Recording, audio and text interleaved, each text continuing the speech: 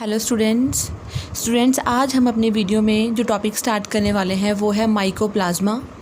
Right, माइकोप्लाज्मास के बाद हम डिस्कस करेंगे एक तो आर्कीबैक्टीरिया एंड एक्टिनोमाइसीटीज़। राइट, अपनी पिछले वीडियो में हमने जो टॉपिक ख़त्म करा था वो था nutrition in bacteria, nutrition of you bacteria and reproduction of bacteria. So अब हम स्टार्ट करने वाले हैं mycoplasmas. Students, mycoplasmas also known as PPLOs. What are these PPLOs? PPLO की फुल फॉर्म है pleuro pneumonia like organisms। Pleuro pneumonia like organisms, PPLO। Right, ये सबसे simplest और सबसे स्मॉलेस्ट प्रोकैरियोट्स हैं, फ्री लिविंग प्रोकैरियोट्स होते हैं ये। Right, you know why they are known as PPLOs? Because they were first discovered from the pleural fluid. They were first discovered from the pleural fluid of cattle. बेटा अब आपके mind में question कि what is a pleural fluid? बेटा जो pleural fluid होता है ना, that is a fluid present between the two layers of the lungs. See, यहाँ पे मैं ड्रॉ कर रही हूँ, ये लंग की हमारे पास आउटर लेयर है, ये लंग की हमारे पास इनर लेयर है, और ये जो हमारे पास दो लेयर्स के बीच में एक लिक्विड होता है, राइट, जो इसकी फ्रिक्शन को प्रिवेंट करता है, उसको हम बोलते हैं प्लूरल फ्लूइड। राइट, तो सबसे पहले जो PPLOs हैं they were discovered from the pleural fluid of the cattle that was suffering from what? Pleuropneumonia. They were suffering from pleuropneumonia. तो जो कैटल को ये डिज़ीज़ थी, उनके लंग्स के प्लूरल फ्लूइड में से जो ऑर्गेनिजम्स मिले थे वो थे माइकोप्लाज्मास और PPLOs। राइट, और देखा जाए तो वैसे जो कैटल में सिम्टम्स थे वो क्या थे? एक तो लंग पूरे उनके इन्फ्लेम्ड हुए थे, इन्फ्लेमेशन होता है, redness, swelling and pain, fever भी, thirst, loss of appetite means भूख ना लगना। राइट, सो और डिफ़िकल्टी इन ब्रीदिंग। सो जो कैटल थे उनके ये सिम्टम्स थे और उनके लंग्स में से जो फ्लूइड निकाला गया था, उन फ्लूइड में से इनको डिस्कवर करा गया था। राइट, और जो हमारे पास माइकोप्लाज्मास होते हैं उनको हम बोलते हैं jokers. They are known as jokers of biology. Why they are known as jokers of biology? Because they continue change their shape.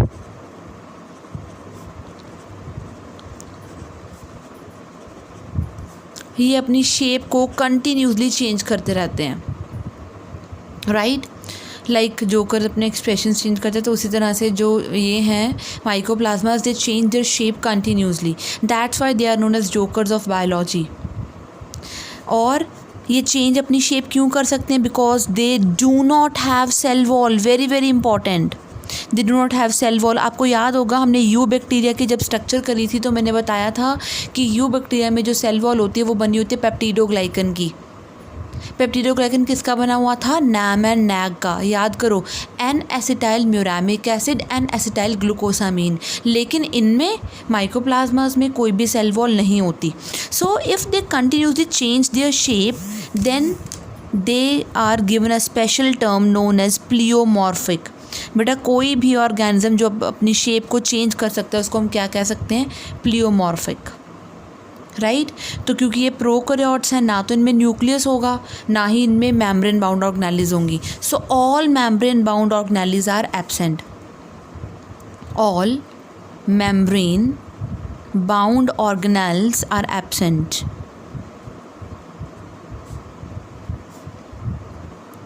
Right, और जो इनके राइबोसोम्स होते हैं, राइबोसोम्स प्रेजेंट होंगे because ribosomes membrane less organelle होती है। उनका nature क्या है? 70S। आई थिंक स्टूडेंट्स अब आपको क्लियर होगा 70S राइबोसोम्स क्या हैं, ये हम पहले भी डिस्कस कर चुके हैं।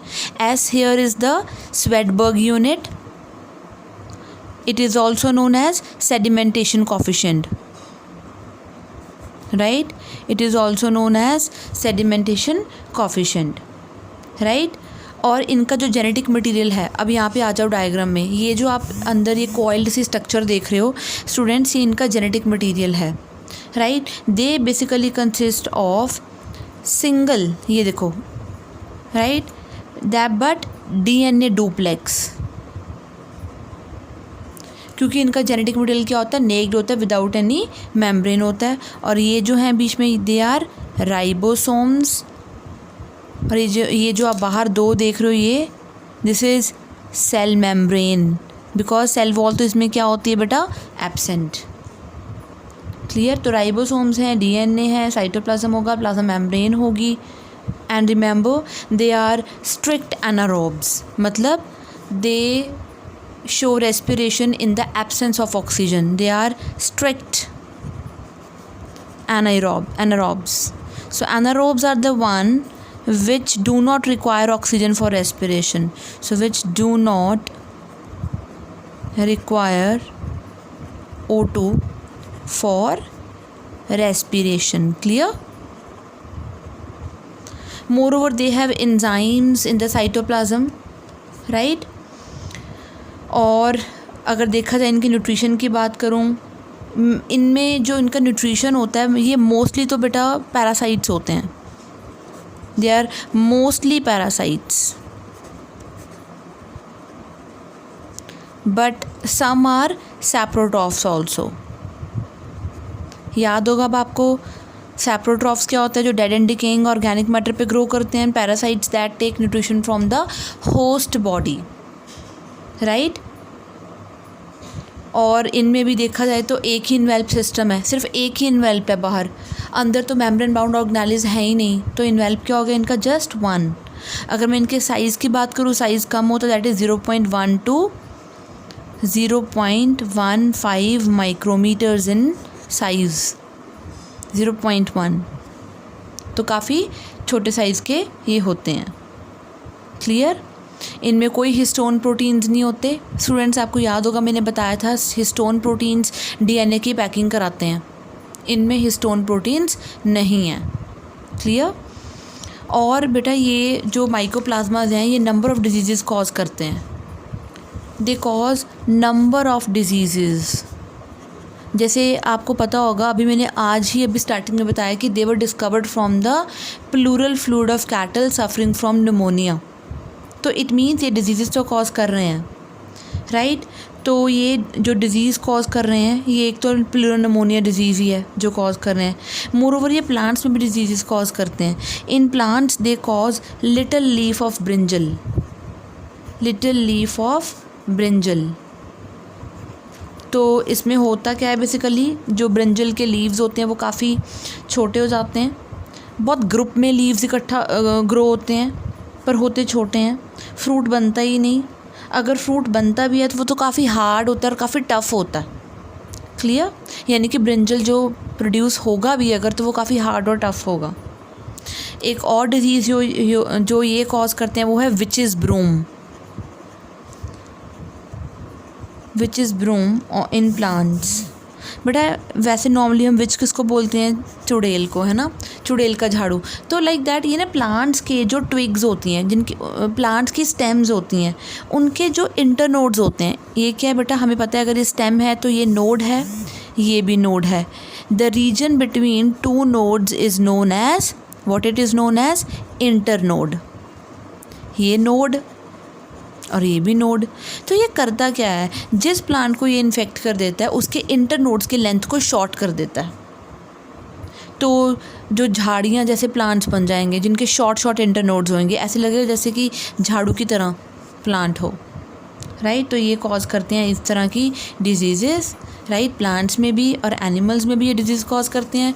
और एक चीज़ और मैंने बताना जो है वो ये है कि जो इनकी अपीयरेंस है ना, अगर मैं इनको कल्चर करूँ लैब में, कल्चर करूँ या कल्चर मीडियम पे अगर मैं इनकी अपीयरेंस देखूँ, तो इनकी अपीयरेंस कैसे नज़र आती है, like that of fried egg. They appear fried egg like appearance. मतलब एक नहीं, जो माइकोप्लाज्मा का ग्रुप होगा, it appears like fried egg like appearance. ऐसा नज़र आता है कल्चर मीडियम में ये, राइट। और मैंने पहले बता दिया इनके कि न्यूक्लियस एब्सेंट होता है, सिंगल सर्कुलर डीएनए प्रेजेंट होता है, राइबोसोम्स का नेचर 70S होता है, सेल वॉल नहीं होती, राइट। और ये डिजीज़ कॉज करते हैं in plants and animals both. तो ये थे हमारे पास माइकोप्लाज्मास। अब हम स्टार्ट करेंगे दैट आर आर्के बैक्टीरिया।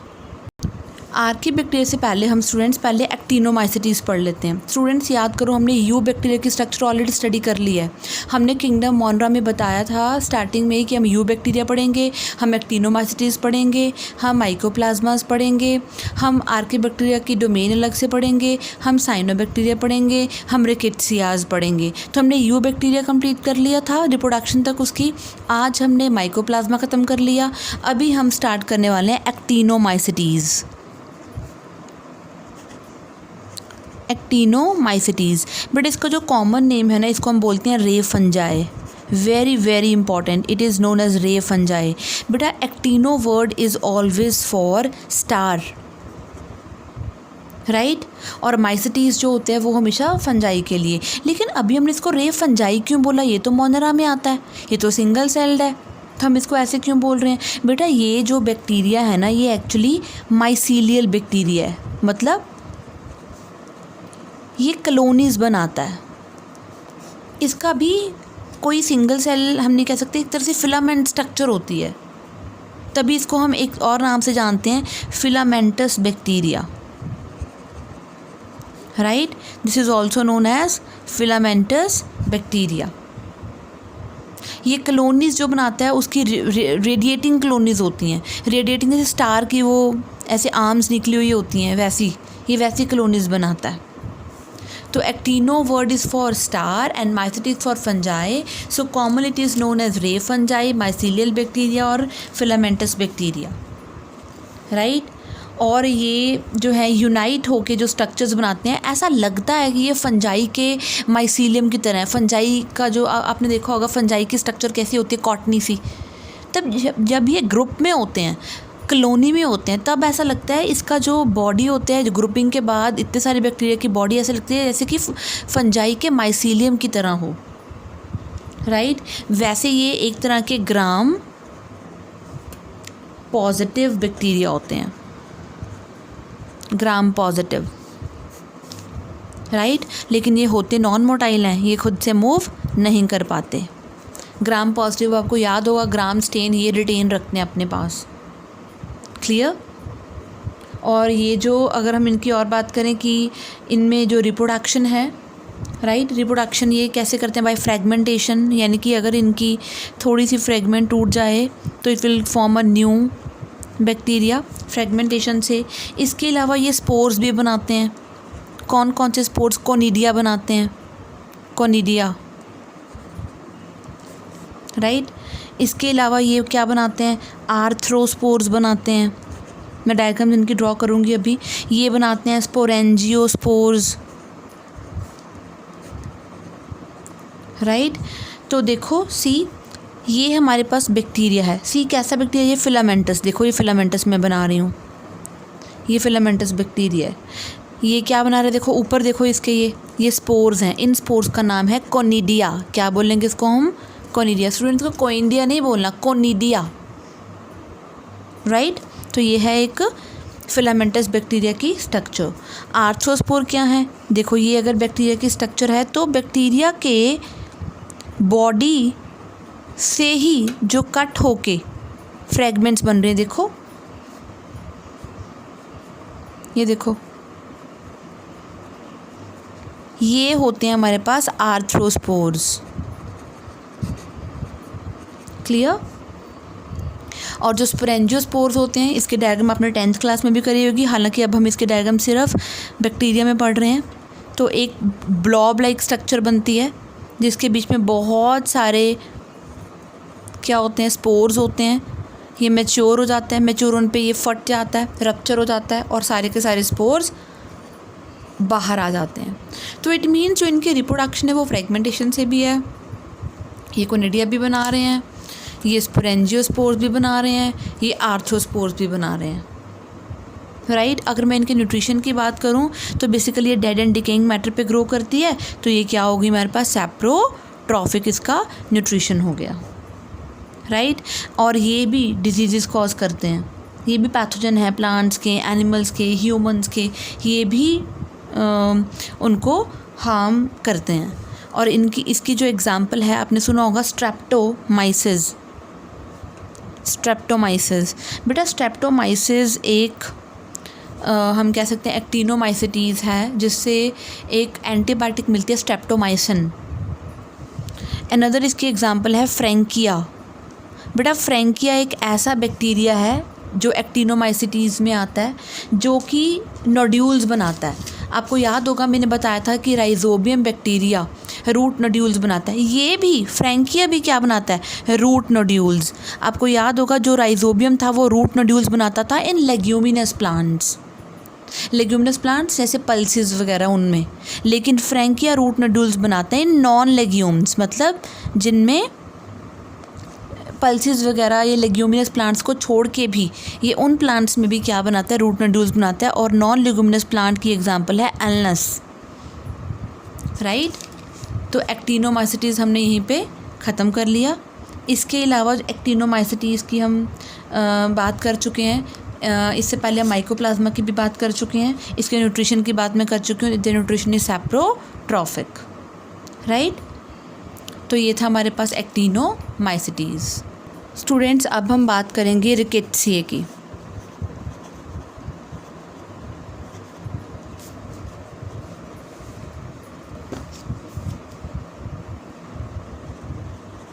रिकेट्सिए बेटा जो रिकेट्सिए हैं, मैं एक मिनट स्पेलिंग दोबारा लिख रही हूँ, RICKETTISIAE, रिकेट्सिए। हमने जब स्टार्ट करी थी किंगडम मोना तो मैंने पहले बताया था यू बैक्टीरिया के स्ट्रक्चर अलग पढ़ेंगे, रिकेट्सिया, माइकोप्लाज्मा, एक्टिनोमाइसिटीज़, साइनोबैक्टीरिया, आर्कियोबैक्टीरिया अलग से पढ़ेंगे। तो हम अब हम फोर्थ स्ट्रक्चर, क्योंकि यू बैक्टीरिया में ऑलरेडी पढ़ चुके हैं, राइट। हम एक्टिनोमाइसिटीज़ पढ़ चुके हैं, हम माइकोप्लाज्मा पढ़ चुके हैं, अब हम फोर्थ पढ़ रहे हैं, दैट इज़ रिकेट्सिएज। बट जो रिकेट्सियाज हैं वो ग्राम नेगेटिव होते हैं। अगर ग्राम नेगेटिव है तो डेफिनेटली क्या था, यस ये ग्राम स्टेन को होल्ड नहीं कर पाते हैं। वॉशिंग के बाद इनकी सारी ब्लू स्टेन जो ग्राम स्टेन होती है वो निकल जाती है, क्लियर। और जो रिकेट्सियाज हैं they were first of all discovered by the scientist Ricketts in the year 1909।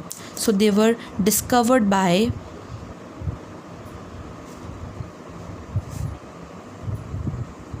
Scientist Ricketts in the year 1909, right? They are actually rod shaped bacteria.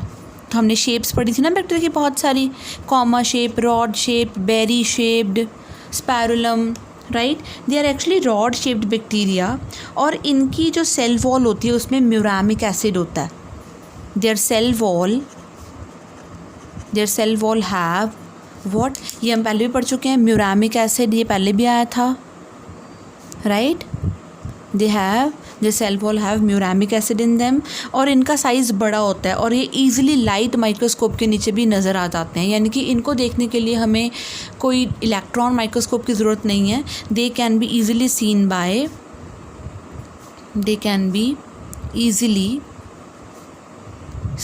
Bye under light microscope।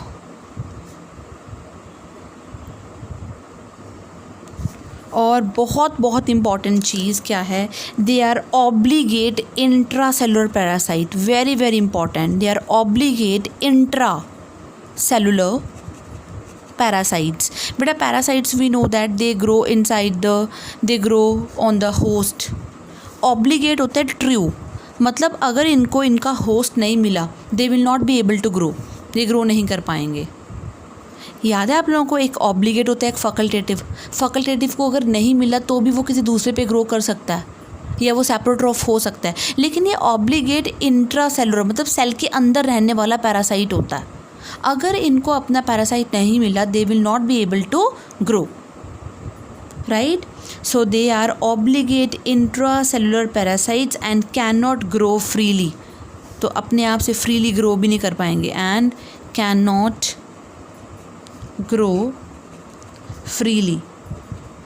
Basically ये जो blood sucking arthropods होते हैं, जो blood सक करते हैं insects, उनकी body के अंदर रहते हैं और ये वर्टिब्रेट्स के अंदर भी रहते हैं. इनके पास कोई फ्लैजेला नहीं होते, कोई पिल्लाई नहीं होते, राइट. मल्टीप्लिकेशन करने के लिए बाइनरी फिजन ही करते हैं.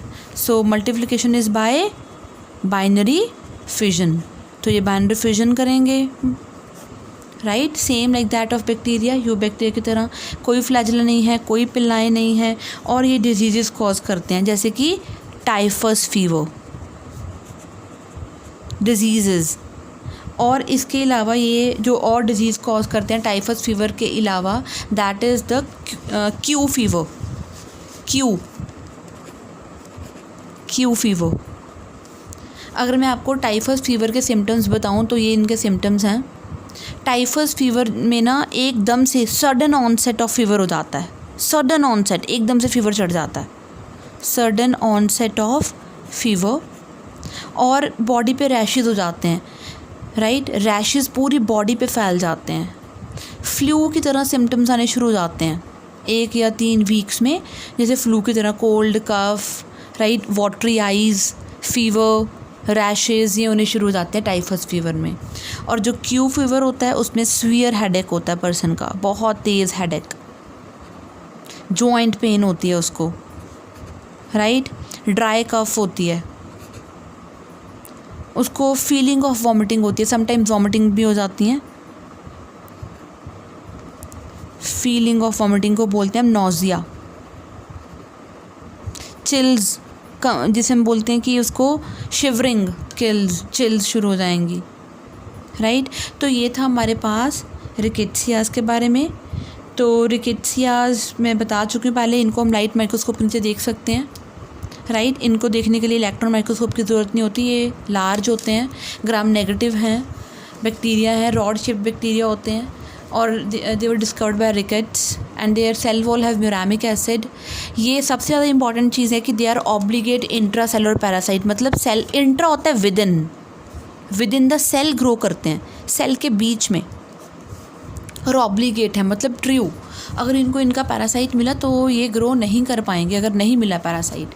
और ये रिप्रोडक्शन करते हैं बाइनरी फिजन से. क्लियर स्टूडेंट्स, हमने अपनी इस वीडियो में 3 चीज़ें पढ़ ली, माइकोप्लाज्मास, एक्टिनोमाइसिटीज़ और रिकेट्सियाज़. इसके बाद हम अपनी जो वीडियो करेंगे उसमें हम डिस्कस करेंगे आर्के बैक्टीरिया एंड साइनोबैक्टीरिया के बारे में, राइट. Bye bye.